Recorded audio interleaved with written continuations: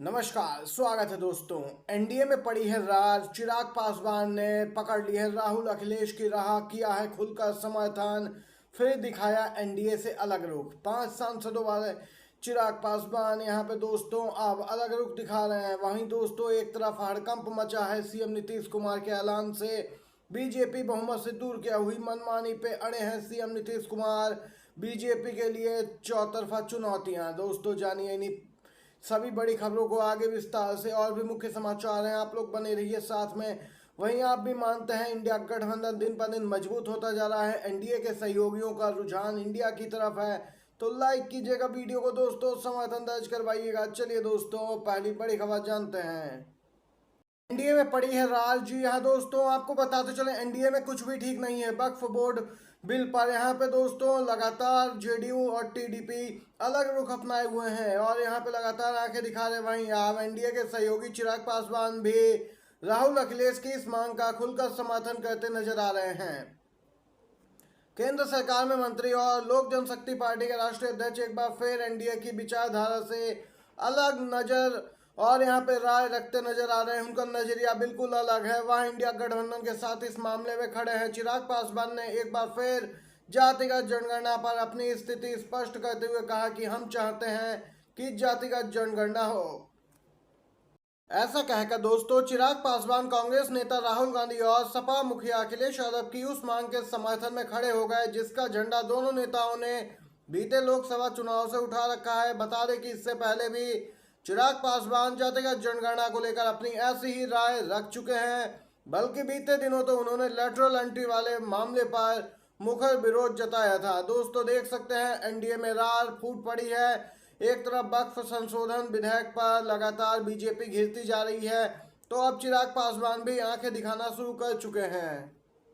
विधानसभा चुनाव से पहले बीजेपी को लगा है बड़ा झटका। महाराष्ट्र की धुले लोकसभा सीट पर लंबे समय से काबिज बीजेपी को हराकर कांग्रेस ने लहराए परचम।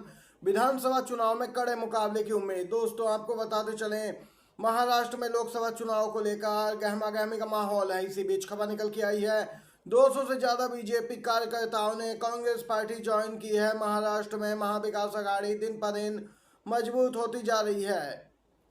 जिस प्रकार से दोस्तों लोकसभा चुनाव में बीजेपी को पटका नहीं दी महाविकास अघाड़ी ने महाराष्ट्र में, वहीं अब यहाँ पे 200 से ज्यादा कांग्रेसी कार्यकर्ताओं पदाधिकारियों ने कांग्रेस पार्टी का हाथ थामा है, विश्वास जताया है। इसी प्रकार का माहौल दोस्तों हरियाणा में देखने को मिल रहा है, जहां पर तमाम बीजेपी नेता जो पार्टी से असंतुष्ट हैं, जिन्हें सम्मान नहीं मिल रहा है, वह अपना पाला बदलते हुए नजर आ रहे हैं।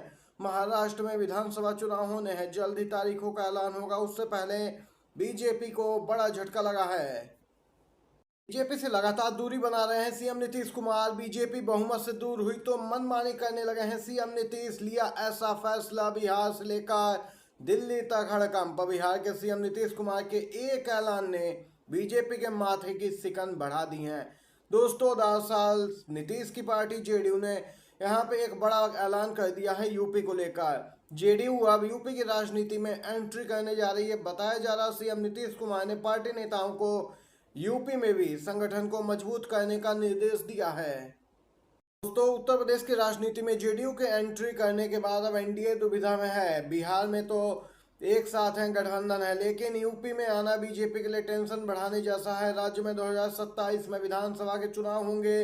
अगर जेडीयू उस चुनाव में लड़ती है तो बीजेपी के साथ उसकी खटपट सामने आ सकती है। दोस्तों देख सकते हैं लगातार बागी तेवर अपनाए हैं सीएम नीतीश कुमार। नई नई मांगे हो रही हैं जिन्हें बीजेपी के लिए पूरा करना असंभव सा होता जा रहा है। इसी के साथ दोस्तों अगली अपडेट की तरफ चलते हैं। जातीय जनगणना के मुद्दे पर राहुल गांधी ने यहाँ पे दोस्तों फिर घेरा है सरकार को। राहुल गांधी के साथ खड़े हुए मोदी के हनुमान लेटरल एंट्री पर अलग राय रखी। दोस्तों आपको बताते चले इस पूरे मामले पर राहुल गांधी का ताजा बड़ा बयान निकल के आया है। राहुल गांधी यहाँ पे बोले हैं जातीय जनगणना का जल्द ही ऑर्डर आएगा। राहुल गांधी बोले लागू करो या फिर अगले पीएम को करते देखेंगे। दोस्तों जातीय जनगणना एक अहम मुद्दा बन गया है। इसे कराने की मांग कांग्रेस पार्टी इंडिया गठबंधन के घटक दल कर रहे हैं। आपको बताते चले दोस्तों राहुल गांधी ने यहाँ पे एक सर्वे का हवाला देते हुए कहा कि अगर पीएम मोदी ने जातीय जनगणना का आदेश नहीं जारी किया तो यहाँ पे अगले प्रधानमंत्री आने वाले वक्त में इस मुद्दे पर अपनी मुहर लगाते नजर आएंगे।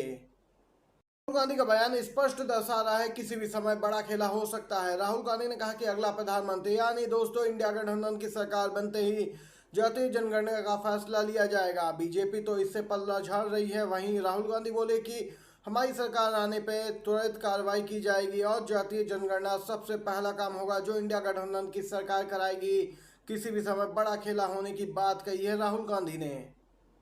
कर्नाटक में ऑपरेशन लोटस हुआ फेल, कांग्रेस विधायक का दावा। बीजेपी सिद्धरामैया सरकार को गिराने के लिए चला रही ऑपरेशन लोटस, मिला 100 करोड़ का ऑफर। कर्नाटक में कांग्रेस के एक विधायक ने विपक्षी दल बीजेपी पर सीएम सिद्धरामैया के नेतृत्व वाली राज्य सरकार को अस्थिर करने के लिए ऑपरेशन लोटस चलाने का आरोप लगाते हुए बड़ा दावा किया कि 100 करोड़ रुपए की पेशकश कर कांग्रेस विधायकों को लुभाने का प्रयास किया जा रहा है। दोस्तों बताते जाएं, कांग्रेस विधायक रवि कुमार गौड़ ने यहां पे कहा कि भले ही भाजपा विधायकों को लालच देकर सरकार को अस्थिर करने का प्रयास कर रही, लेकिन कोई भी विधायक उसके झांसे में नहीं आएगा और राज्य में कांग्रेस की स्थिर और मजबूत सरकार है। दोस्तों बताते चलें, पहले 50 करोड़ का ये ऑफर दिया गया। विधायक ने दावा किया कि अब पेशकश को बढ़ाकर 100 करोड़ कर दिया गया है। भाजपा की ओर से किसी ने परसों फोन करके कहा था कि 100 करोड़ रुपए तैयार हैं, वे 50 विधायकों को खरीदना चाहते हैं। देख सकते हैं ऑपरेशन लोटस दोस्तों चलाया जा रहा है कर्नाटक में, लेकिन अभी तक बीजेपी को इसमें सफलता नहीं मिल पाई है। हरियाणा में बीजेपी को दिख रही अपनी हार। जी हां, अब यहां पे बड़े चेहरों को मैदान में उतारने की पूरी तैयारी कर ली गई है। हरियाणा चुनाव को लेकर दोस्तों गहमा गहमी का माहौल है। टिकट बंटवारे को लेकर मंथन जारी है। बीजेपी 25% पुराने विधायकों के टिकट काटने को तैयार है। दोस्तों भारतीय जनता पार्टी के शीर्ष नेतृत्व ने हरी झंडी दी तो हरियाणा के अधिकतर भाजपा दिग्गज विधानसभा चुनाव के मैदान में ताल ठोकते नजर आएंगे।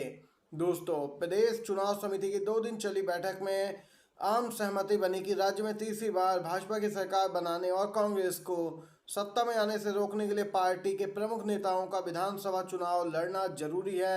बीजेपी जान चुकी है दोस्तों, उसकी हार तय है। आपको बताते चले इस पूरे मामले पर लगातार कांग्रेस पार्टी बीजेपी को घेर रही है।